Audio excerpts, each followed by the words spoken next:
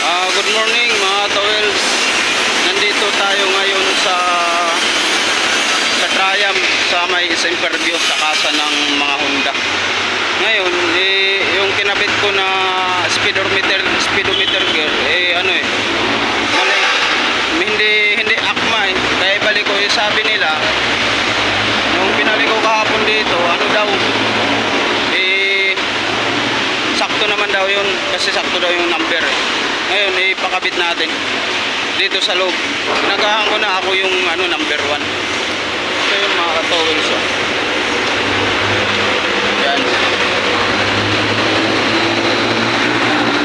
Yan yung pakabit natin ulit. Ngayon, pag hindi umubra, pag mali, ripa na lang siguro natin yung pera. Sige mga towels, update ko kayo mamaya. Bye bye. Ayan na mga towels, pinasok na yung baby natin. Ayan na siya. Bawal mag-video doon mga towels. Kaya sisilip-silip na lang tayo. Hindi makita sa video. Huwag na lang natin video mga towels, hindi naman makita. Yan mga towels, bili tayo uli ng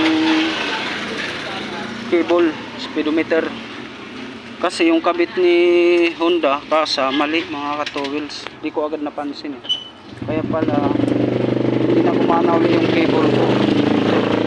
Kasi ito nung una nagpalit na ako, pinalitan ko na yung kinabit ni kasa Honda. Tapos ito hindi ko pinalitan kasi okay pa eh. Yung pala napansin ko naipit mali yung kabit. Ayan mga katowels. Ayan na. Putol na yan eh. Kaya hindi na gumana yung speedometer ko. Tapos mali yung suksok niya. Ayan oh. Dito dinaan. Maipit talaga dito. Dapat dito ang daan yan dito. Dito. Hindi dito. Nandyan niya dinaan kaya naipit. Ayan oh. Mali yung kabit ng mekaniko ng Honda kasa. Nadala ako doon. Sayang yung pera ko doon. Gumastos ako doon ng 600. Bili ko sa ito speedometer gear kasama na itong cable. Sayang yung pera ko doon. Nagtip pa ako ng 100. Hindi pumapatak ang gastos ko doon, 700. Walang napala kasi yung kinabit nila wala. Tinanggal ko, pinapalitan ko ulit ng bago. Tapos ito naman, naputol. Kaya ito.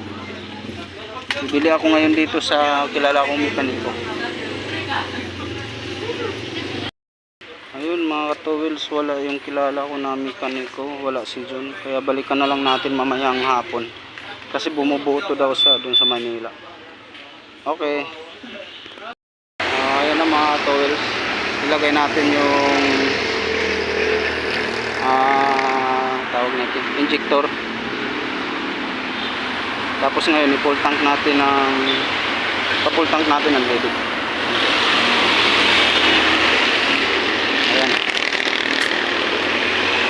Carbon cleaning pala Pro Honda. Ayan nilagay natin. Tapos bago i-full tank natin. Ayan. Hindi malabo yata yung cellphone ko. Palitin na to.